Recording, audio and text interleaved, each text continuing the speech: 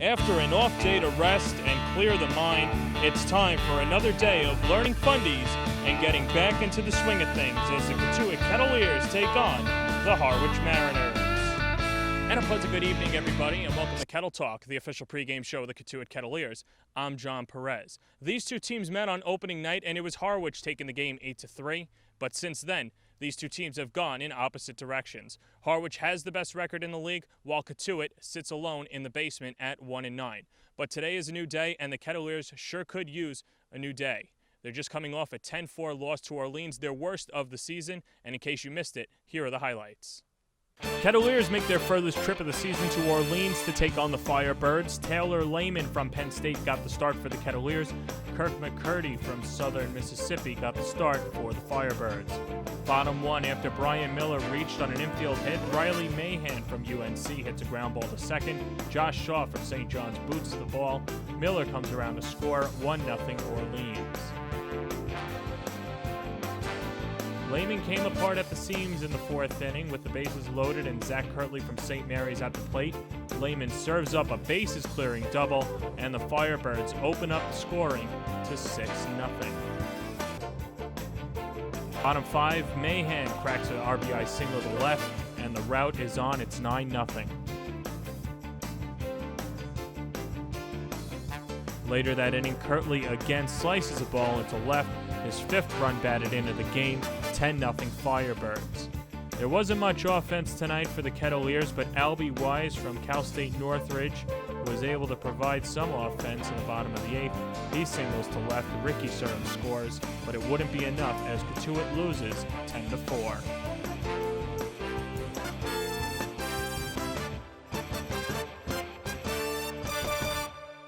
I just said we got a day off, and I just said we're going to reset this club on Wednesday. I've seen all I need to see, and I'm going to reset the club. Right now we're just non-competitive. I think it's pretty obvious. I hate that. We're athletic enough, and we have good enough arms. I think if you look at the radar gun, our arms are no different than anybody else's, but we just got to reset the club, and that's my responsibility. So there's nothing to say. We said we wouldn't meet, so I gave them the schedule just since we got a day off.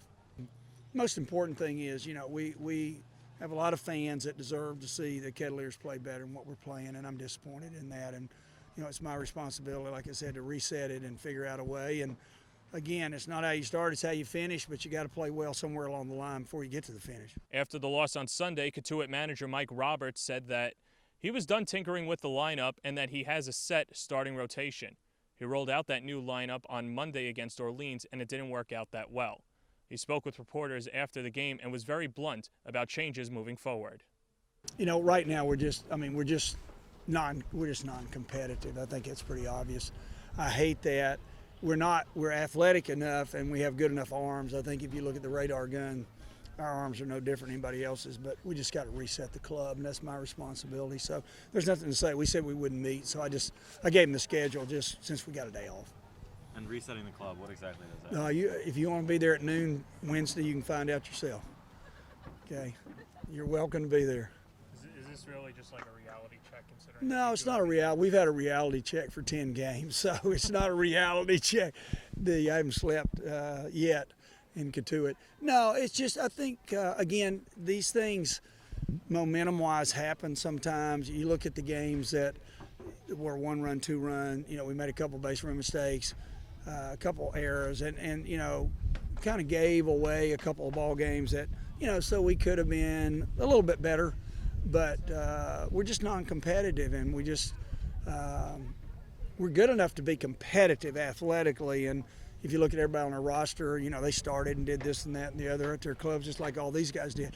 But we're just, for whatever reason, we're not playing well together. And so we just, I'm going to reset it, and it'll take me 24 hours to make some final decisions on how we're going to reset it. But you'll see, I'm not going to guarantee any outcome, but you'll see a different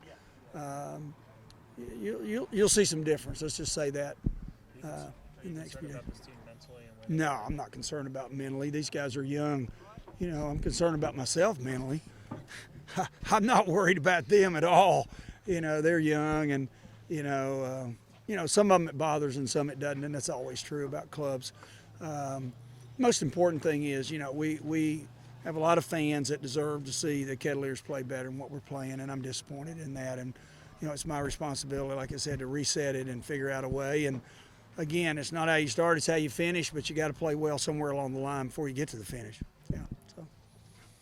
So you all have a tougher job than I do right now, trying to ask questions.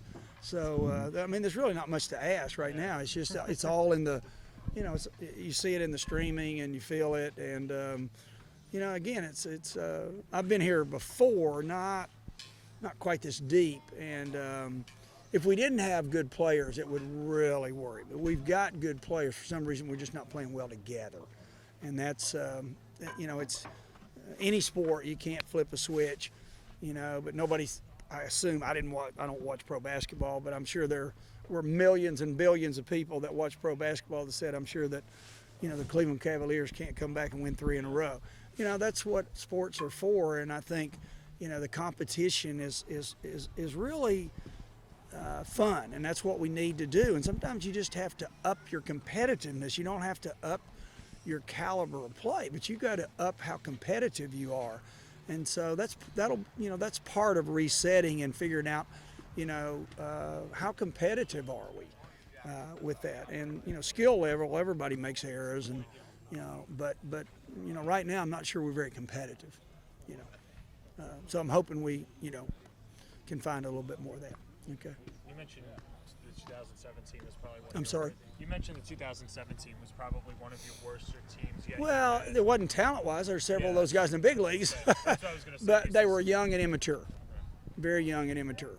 We're a little younger.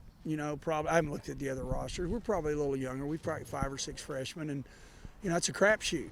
All of them are pro prospects, every single one of them. But it's not the freshmen. It's the overall.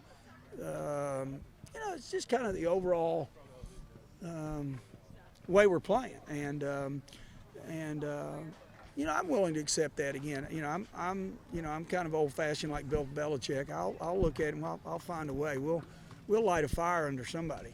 We'll just find out how big that fire is going to be, and whether or not they feel some heat or they can handle the heat or not, and we'll find that out in the next few days because I'm going to apply some heat.